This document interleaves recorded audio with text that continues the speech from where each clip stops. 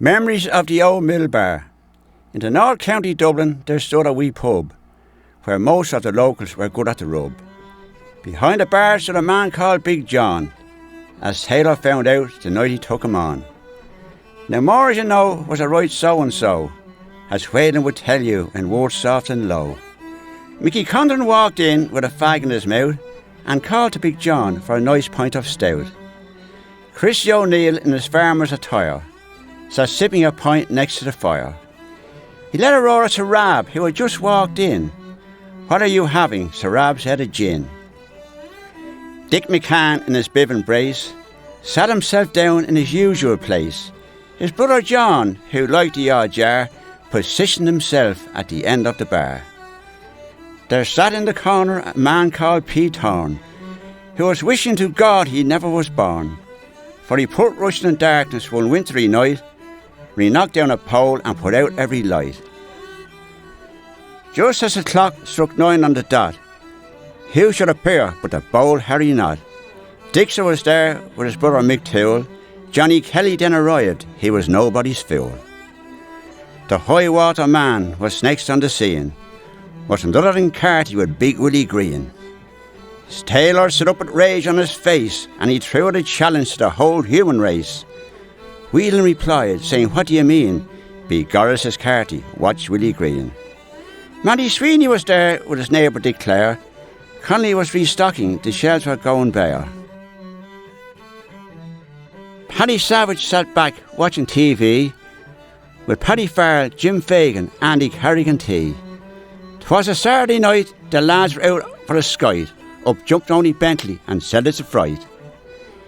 Into the door came a man in disguise, Charlie Walsh, with thunder and lightning in his eyes. "My Christ," says Thorne, "that man wants lives. Let me be hidden where I cannot be seen, for that man looks tougher than Big Willie Green." Noel Hogan and Sailor wanted a song. Joe Fitzgerald, looking around, said it won't be long. Just as the words were out of Joe's mouth, Mickey Condon capsized a full pint of stout. Joe Plunkett stood up in his new pair of brogues. The song that he sang was Bull of Oak. Larry Wade, not to be outdone, gave us the black and tan gun. With great applause the likes never seen, he diverted his attentions to the 40 Shades of Green. The sing-song was in flow and most had a go. The next was Bottles with poor old Joe. Bill Kessel stood up with a full glass of rum and gave his favourite, the Railroad Bum. We were pleading with Oney for a song all night, but for some reason Oney wouldn't bite. Just as John Connolly wiped the sweat from his brow, Oney then sang the Sweet Brown Now. He was by far the best singer of all, probably the best in all of Fingal. They asked Dick McCann to sing the Red Flag.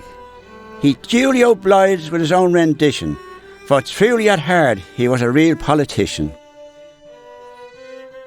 Pat Monks was conversing with Lee McGee. Pat married a lovely lady from the banks of the Lee.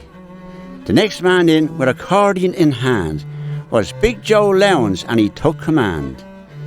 He played a few tunes while tapping the floor. Seafaring Bill Weldon danced to the beat. For such a big man, he was quite light on his feet.